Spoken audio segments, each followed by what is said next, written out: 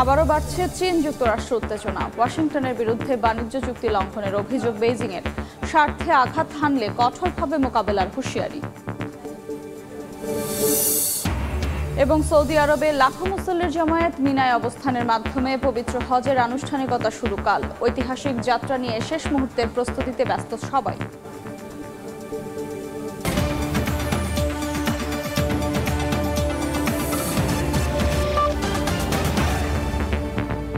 আন্তর্জাতিক সময়ের সঙ্গে আছে আমি আফরোজা মৌটুসী।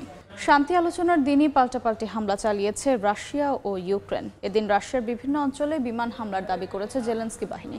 জবাবে কিয়েভের ড্রোন কারখানা লক্ষ্য করে ক্ষেপণাস্ত্র ছুড়েছে মস্কো। হতাহত হয়েছেন কয়েকজন। এদিকে শান্তি আলোচনায় অংশ নেয়া রুশ কর্মকর্তাদের মূর্খ হিসেবে অভিহিত করেছেন ইউক্রেনের প্রেসিডেন্ট ভলোদিমির জেলেনস্কি। যুদ্ধবিরতির প্রচেষ্টায় মস্কো কিয়েভের নেতাদের সঙ্গে বৈঠকে বসতে আগ্রহ প্রকাশ করেছেন মার্কিন প্রেসিডেন্ট ডোনাল্ড ট্রাম্প। দ্বিতীয় দফার শান্তি আলোচনা হয় ইস্তাম্বুলে, তবে তাতে বড় কোনো অগ্রগতি হয়নি। আলোচনার ফাঁকেই পাল্টাপাল্টি বাক্যবাণে উত্তপ্ত হয় দুই পক্ষ। রুশ প্রস্তাব প্রত্যাখ্যান করে ইউক্রেনের প্রেসিডেন্ট জেলেনস্কি মস্কোর প্রতিনিধিদের মূর্খ বলে কটাক্ষ করেছেন। এই অচল অবস্থার মধ্যেই আলোচনায় সম্ভাবনার নতুন মাত্রা যোগ করেছে যুক্তরাষ্ট্রের প্রেসিডেন্ট ডোনাল্ড ট্রাম্পের নাম। হোয়াইট হাউস নিশ্চিত করেছে ট্রাম্প পুতিন ও জেলেনস্কির সঙ্গে ইস্তাম্বুলে সরাসরি বৈঠকে বসার বিষয়ে আগ্রহ প্রকাশ করেছেন। তুরস্কও এই ত্রিপাক্ষিক বৈঠক আয়োজনের চেষ্টা করছে। মালিহা সুহরওয়ার্দী, সময় সংবাদ। ইসরায়েলি বিমান হামলায় মৃত্যুপরীতে পরিণত হয়েছে গাজা। মঙ্গলবার সকালে উপত্যকাটির একটি ত্রাণ বিতরণ কেন্দ্রে দখলদারদের হামলায় নিহত হয়েছেন ২৭ জন। খান ইউনিস থেকে ফিলিস্তিনিদের সরে যাওয়ার নির্দেশ দিয়েছে নেতানিয়াহু প্রশাসন। ত্রাণ কেন্দ্রে হত্যাকাণ্ডের সুষ্ঠু তদন্তের আহ্বান জানিয়েছে জাতিসংঘ। এদিকে তেল আবিবে ক্ষেপণাস্ত্র হামলা চালিয়েছে ইয়েমেনের হাউথি বিদ্রোহীরা। গাজা উপত্যকার উত্তরাঞ্চল জাবালিয়া শরণার্থী শিবির সহ গোটা অঞ্চলে মুহুর্মুহু হামলা অব্যাহত রেখেছে নেতানিয়াহু বাহিনী। গত ২৪ ঘন্টায় শত শত হতাহতের পর ধ্বংসস্তূপে মিলেছে আরও মরদেহ। এমনকি সহায়তা নিতে গিয়েও প্রাণ দিচ্ছে সাধারণ মানুষ। মানবাধিকার সংস্থা MSF বলছে এটা মানবিক সহায়তার ছদ্মবেশে সংগঠিত হত্যাযজ্ঞ। স্বাস্থ্য কর্মকর্তারা বলছেন শিশুরাও রেহাই পাচ্ছে না। ইন্দোনেশিয়ান হাসপাতাল ঘিরে রেখেছে ইসরায়েলি বাহিনী। চিকিৎসক ও রোগীদের দেয়া হয়েছে জীবন বাঁচানোর সময়সীমা। ইসরায়েল গাজা থেকে মানুষের স্বেচ্ছা প্রস্থান নিশ্চিত করার নামে চালাচ্ছে বাস্তুচ্যুতির পরিকল্পনা। ব্রিটিশ দাতব্য সংস্থা MAP বলছে গাজায় চলছে পদ্ধতিগত অনাহার আর সামরিকীকৃত সহায়তা ব্যবস্থা। রক্তদানে অপারগ হয়ে পড়ছে মানুষ। হাসপাতালে খাবার পানি কিছুই নেই। এরই মধ্যে খান ইউনিস থেকে ফিলিস্তিনিদের সরে যাওয়ার নির্দেশ দিয়েছে দখলদাররা। ইসরায়েলি সেনাবাহিনীর মুখপাত্র জানান হামাসের ঘাঁটি খুঁজে খুঁজে হামলা চালানো হবে। যদিও আল আমল হাসপাতালে হামলা চালানো হবে না বলেও জানিয়েছেন তিনি। এর আগেও একইভাবে ঘোষণা দিয়ে বোমাবর্ষণ করেছিল তেল আবিব। এদিকে তেল আবিবে ক্ষেপণাস্ত্র হামলা চালিয়েছে ইয়েমেনের হাউথি বিদ্রোহীরা। যদিও তা প্রতিহতের দাবি করেছে ইসরায়েল। হামলা চালানোর সঙ্গে সঙ্গে সাইরেন বাজতে থাকে শহর জুড়ে। এর আগে গত মাসেও ইসরায়েলের বেন গুরিয়ন বিমানবন্দরে হাইপারসনিক ব্যালিস্টিক ক্ষেপণাস্ত্র হামলা চালায় হাউথিরা। এতে একটি ওয়াচ টাওয়ার ও রাস্তা ক্ষতিগ্রস্ত হয়। নাদিম মারজান, সময় সংবাদ। চীন যুক্তরাষ্ট্রের বাণিজ্যিক উত্তেজনার পারদ আবারও বাড়ছে। যুক্তরাষ্ট্রের বিরুদ্ধে বাণিজ্য চুক্তি লঙ্ঘনের অভিযোগ এনেছে চীন। বেইজিংয়ের অভিযোগ ট্রাম্প শি জিনপিংকে দেয়া প্রতিশ্রুতি রাখেননি। এ সময় দেশটির বাণিজ্য মন্ত্রণালয় যুক্তরাষ্ট্রকে হুঁশিয়ারি দিয়ে জানায়, চীনের স্বার্থে যদি যুক্তরাষ্ট্র আঘাত করে তবে জোরালোভাবে তা প্রতিহত করা হবে।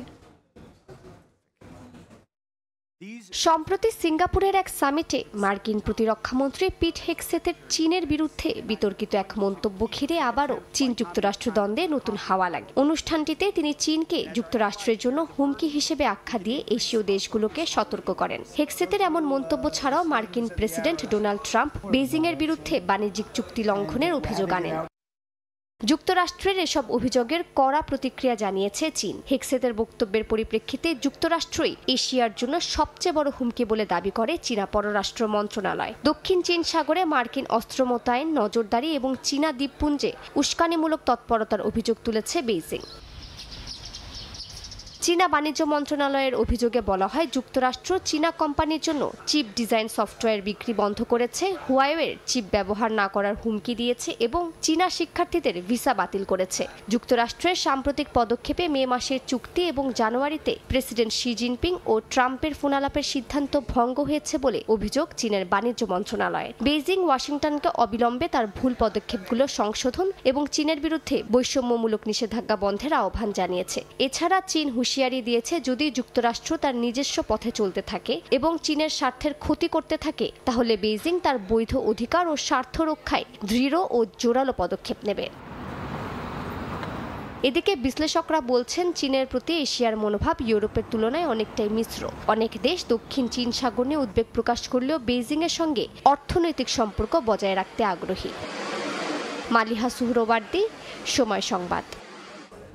আন্তর্জাতিক সময় আরও থাকছে। ভারতের উত্তর পূর্বাঞ্চলে বন্যা পরিস্থিতির আরও অবনতি, মৃতের সংখ্যা বেড়ে ৩৬। সবচেয়ে ক্ষতিগ্রস্ত সিকিম ও আসাম, ভেঙে পড়েছে পর্যটন ব্যবস্থা। পবিত্র হজ পালন করতে সারা বিশ্ব থেকে লাখ লাখ মুসল্লির ঢল নেমেছে সৌদি আরবের মক্কা নগরীতে। তাদের সঙ্গে যোগ দিয়েছেন স্থানীয় প্রায় ২ লাখ মুসল্লিও। চলতি বছরের হজ ব্যবস্থাপনাকে ইতিহাসের সেরা হজ হিসেবে গড়ে তোলার প্রতিশ্রুতি দিয়েছে সৌদি কর্তৃপক্ষ। নিরাপত্তা, সেবা ও স্বাস্থ্য সুবিধা নিশ্চিত করতে নেওয়া হয়েছে নজিরবিহীন প্রস্তুতি। বিস্তারিত আরিফুর রহমানের রিপোর্টে। এবারের পবিত্র হজ ব্যবস্থাপনাকে ইতিহাসের সেরা করার প্রতিশ্রুতি দিয়েছে সৌদি কর্তৃপক্ষ।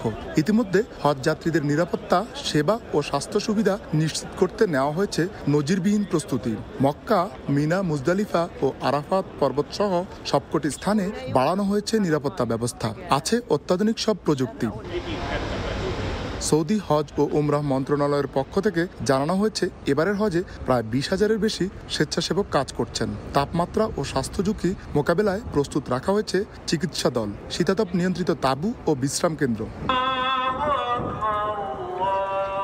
সারা বিশ্বের মুসলমানদের মিলনমেলা হজ শান্তি, সংহতি ও আত্মশুদ্ধির এক মহাসমাবেশ। আর এই মহাসমাবেশ যেন শান্তিপূর্ণ ও নিরাপদ হয়, সে লক্ষ্যেই কাজ করছে সৌদি প্রশাসন। সৌদি প্রশাসন জানিয়েছে, ২০২৫ সালের হজ ব্যবস্থাপনাকে সাফল্যের সর্বোচ্চ মানদণ্ডে উন্নীত করাই তাদের লক্ষ্য।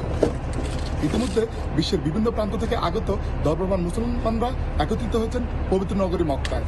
তাদের আত্মার প্রশান্তির জন্য তারা চাচ্ছেন যে এবছরের হজ বিভিন্ন অন্যান্য বছরের চাইতে প্রশান্তির এবং সমৃদ্ধির হবে। এমন প্রত্যাশায় লক্ষ লক্ষ মুসলমান উপস্থিত হয়েছেন পবিত্র নগরী মক্কাতে। তায়েফ থেকে আরিফুর রহমান, সময় সংবাদ। ভারতের উত্তর পূর্বাঞ্চলে বন্যা পরিস্থিতি ক্রমশ ভয়াবহ আকার ধারণ করছে। এরই মধ্যে ৩৬ জনের মৃত্যুর খবর নিশ্চিত করেছে স্থানীয় গণমাধ্যম। সবচেয়ে বেশি ক্ষয়ক্ষতির খবর মিলেছে সিকিম ও আসামে। গত এক সপ্তাহ ধরে টানা বর্ষণে পাহাড়ি ঢল ও ধসে সিকিমের পর্যটন ব্যবস্থাও ভেঙে পড়েছে। বিস্তারিত সুব্রত আচার্যের রিপোর্টে। চলমান বৃষ্টিপাতের ফলে উত্তর পূর্ব ভারতের সবগুলো রাজ্যেই বন্যা পরিস্থিতি দিন দিন অবনতি হচ্ছে। প্রবল বর্ষণের কারণে পাহাড়ি ধসে ভেঙে পড়েছে পর্যটক ব্যবস্থা। বহু পর্যটক আটকে পড়েছেন। হতাহতের খবরও পাওয়া যাচ্ছে। ভূমিধসে বেশ কয়েকজন উদ্ধার কর্মীও প্রাণ হারিয়েছেন বলে জানা যাচ্ছে। আসাম রাজ্যের বন্যা পরিস্থিতি উদ্বেগ বাড়াচ্ছে। রাজ্যের ১৯ জেলায় কম বেশি বন্যা কবলিত। সতর্কতা জারি করেছে স্থানীয় প্রশাসন। রাজ্যটির মুখ্যমন্ত্রী হেমন্ত বিশ্ব শর্মা ক্ষতিগ্রস্ত এলাকা পরিদর্শন করেছেন। বর্ষায় এই সময় প্রচুর সংখ্যক পর্যটকের ভিড় থাকে সিকিমে।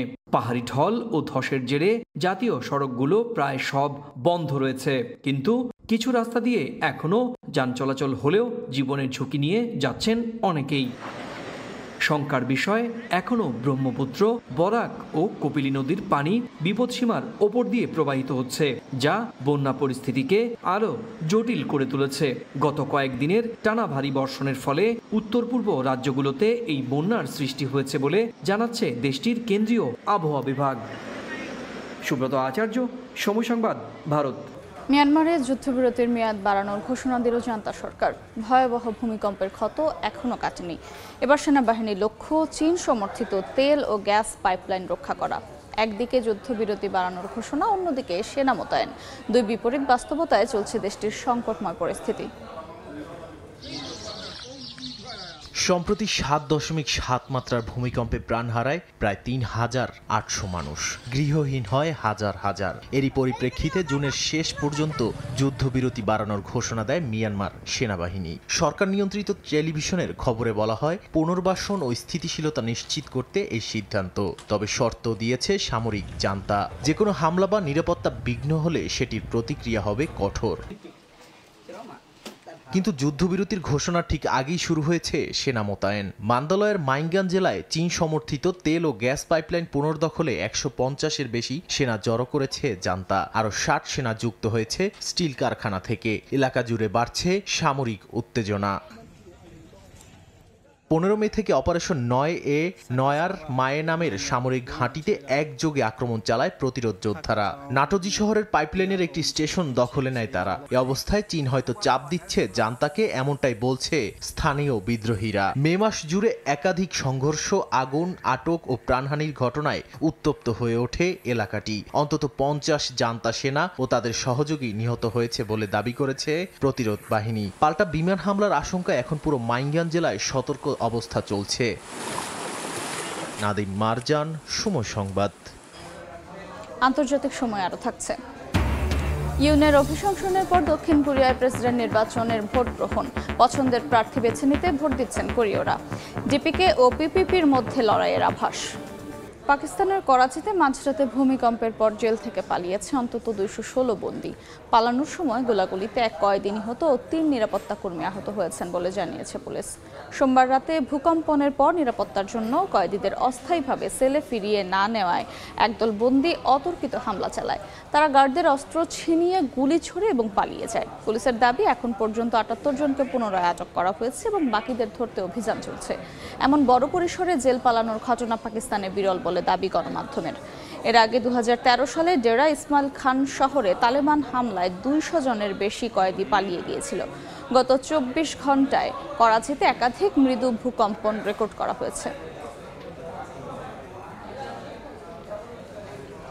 দক্ষিণ কোরিয়ায় চলছে প্রেসিডেন্ট নির্বাচনের চূড়ান্ত ভোট গ্রহণ। সকাল থেকেই ভোট কেন্দ্রগুলোতে ভোটারদের ভিড় চোখে পড়ার মতো। 7 জন প্রার্থী থাকলেও প্রধান 2 রাজনৈতিক দল ডিপিকে এবং পিপিপির মধ্যে হাড্ডাহাড্ডি লড়াইয়ের আভাস পাওয়া যাচ্ছে।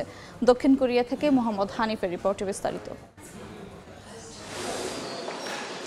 লাইনে দাঁড়িয়ে প্রেসিডেন্ট নির্বাচনে ভোটের মাধ্যমে নিজের মত প্রকাশ করছেন দক্ষিণ কোরীয়রা। ভোট কেন্দ্রগুলোতে ভোটারদের ভিড় চোখে পড়ার মতো। দেশটিতে ভোটারের সংখ্যা প্রায় 4,43 লাখ।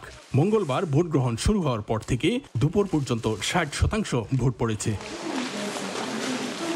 ভোট গ্রহণ শেষ হওয়ার পর 70,000 নির্বাচন কর্মী সারা দেশের 254টি সেন্টারের ব্যালট গণনা শুরু করবেন।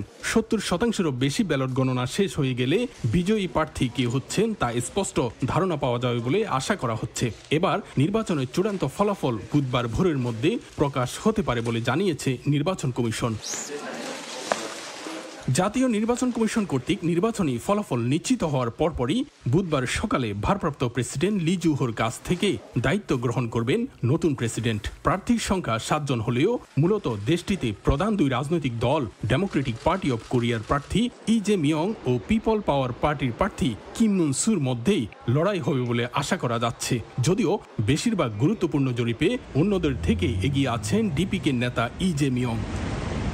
আন্তর্জাতিক মিডিয়া থেকে শুরু করে গোটা বিশ্বের চোখ এখন দক্ষিণ কোরিয়ার প্রেসিডেন্ট নির্বাচনের দিকে। নতুন প্রেসিডেন্টকে দেশটির চলমান অস্থিরতা ও অর্থনৈতিক সংকট মোকাবেলা হবে সবচেয়ে বড় চ্যালেঞ্জ, যে কারণে এবারের নির্বাচন কোরীয়দের কাছে সবচেয়ে গুরুত্বপূর্ণ। তবে জনগণের নির্বাচিত নেতাকে ঠান্ডা মাথায় দেশের হাল ধরে দেশকে এগিয়ে নিয়ে যেতে হবে, এমনটাই বলছেন রাজনৈতিক বিশ্লেষকরা। দক্ষিণ কোরিয়া থেকে মোহাম্মদ হানিফ, সময় সংবাদ। কানাডার সঙ্গে টানাপোড়েনের মধ্যে চলতি মাসের G7 সম্মেলনে অংশ নিচ্ছেন না ভারতীয় প্রধানমন্ত্রী নরেন্দ্র মোদী। বিগত 5 বছর বিশেষ অতিথি হিসেবে আমন্ত্রিত হলেও এবার অনুপস্থিত থাকছেন তিনি। বিভিন্ন সূত্র বলছে, এখন পর্যন্ত কানাডা ভারতের প্রধানমন্ত্রীকে কোনো আমন্ত্রণ পাঠায়নি। যদিও 2 দেশের বর্তমান সম্পর্ক বিবেচনায় আমন্ত্রণ পাঠালেও মোদী সম্মেলনে অংশ নিতেন না বলে দাবি করছে ভারতীয় গণমাধ্যম NDTV।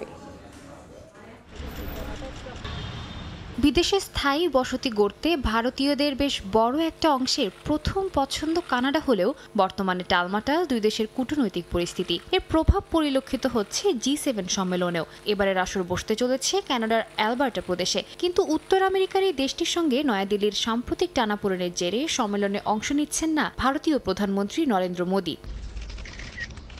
বিভিন্ন সূত্র বলছে 15 থেকে 17 জুন অনুষ্ঠিত হতে যাওয়া এই সম্মেলনে অংশ নিতে কোনো আমন্ত্রণ পাঠানো হয়নি ভারতে। তবে ভারতীয় গণমাধ্যম NDTV বলছে আমন্ত্রণ পাঠানো হলেও সম্মেলনে অংশ নিতে কানাডা যাবেন না মোদী। এমন ঘটনা 2018 সালের পর এই প্রথম। এর আগে 2024 সালে ভারতে অনুষ্ঠিত G20 সম্মেলনে অংশ নিতে আসেন কানাডার তৎকালীন প্রধানমন্ত্রী জাস্টিন ট্রুডো। তবে ট্রুডোর বিমান আটকে রাখাকে ঘিরে দুই দেশের পরিস্থিতি আরও ঘোলাটে হয়ে পড়ে। ভারত ও কানাডার সম্পর্ক চূড়ান্ত অবনতির দিকে মোড় নেয় 2023 সালে। সে বছর কানাডায় খালিস্তানপন্থী নেতা হরদীপ সিং নিজ্জারের হত্যাকাণ্ডে ভারতের গোয়েন্দারা জড়িত রয়েছে বলে দাবি করেন ট্রুডো প্রশাসন। খোদ ট্রুডো ওই ঘটনায় দিল্লির জড়িত থাকার প্রমাণ রয়েছে অটোয়ার হাতে বলে দাবি করেন। তবে চলতি বছরের এপ্রিলে পার্লামেন্ট নির্বাচনে লিবারেল পার্টির নেতা মার্ক কার্নির জয় ভারতে কিছুটা আশার আলো দেখিয়েছিল। ভারত ভেবেছিল এতে করে উভয় দেশের সম্পর্ক হয়তো স্বাভাবিক পথে ফিরতে পারে, তবে সেই ধারণাও ভুল প্রমাণিত হতে দেখা যাচ্ছে। সাদিয়া তাসনিম, সময় সংবাদ। 6.2 মাত্রার ভূমিকম্পে কেঁপে উঠল গ্রিস তুরস্ক সীমান্তবর্তী ডোডেকানিস দ্বীপপুঞ্জের ভূমধ্যসাগরীয় অঞ্চল। এতে একজন নিহত হয়েছেন। এছাড়া আতঙ্কে ঘর থেকে বের হতে গিয়ে আহত হয়েছেন অন্তত 7 জন। স্থানীয় সময় মঙ্গলবার ভোর রাতে সাগরের তলদেশে উৎপত্তি হয় এই ভূমিকম্পের, যার গভীরতা ছিল 68 কিলোমিটার। কম্পন অনুভূত হয় রোডস দ্বীপ সহ আশেপাশের এলাকাতেও। এর 1 ঘন্টা পরেই তুরস্কের মারমারিস উপকূলে আঘাত হানে আরেকটি 5.8 মাত্রার ভূমিকম্প। আতঙ্কে জানালা ও বারান্দা থেকে লাফিয়ে পড়ায় আহত হন অন্তত 7 জন। ফেথিয়ে শহরে প্রাণ হারায় 14 বছরের এক কিশোরী। দেশটির স্বরাষ্ট্রমন্ত্রী আলী ইয়ার লিকায়া জানান, ভূমিকম্পে আতঙ্কিত হয়ে হৃদযন্ত্রের ক্রিয়া বন্ধ হয়ে মারা যায় ওই কিশোরী। তুরস্কে 2023 সালের ভূমিকম্পে প্রাণ হারিয়েছিলেন 53,000-এর বেশি মানুষ।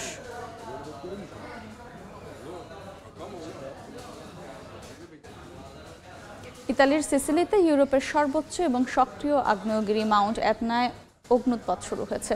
স্থানীয় সময় সোমবার ভোর থেকে লাভা ও ছাই উদগীরণ শুরু হয়। ইতালির জাতীয় ভূতাত্ত্বিক ও আগ্নেয়গিরি ইনস্টিটিউট জানিয়েছে, অগ্নুৎপাতের কারণে ছাই উঠে যায় প্রায় 6,400 মিটার উঁচুতে। এতে ওই অঞ্চলে উড়োজাহাজ চলাচল ঝুঁকিপূর্ণ হিসেবে বিবেচিত হয়। বন্ধ রাখা হয়েছে কাতানিয়া বিমানবন্দর। মাউন্ট এটনা এলাকার কাছাকাছি কাতানিয়া শহরে বসবাস করেন অনেক বাংলাদেশীয়। তারা নিরাপদে রয়েছেন বলে জানা গেছে।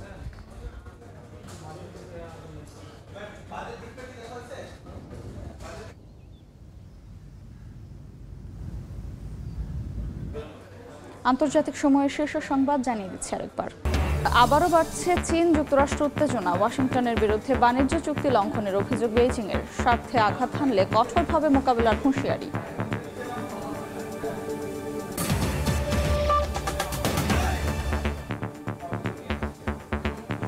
এই ছিল আন্তর্জাতিক সময়। সঙ্গেই থাকুন সময়ের।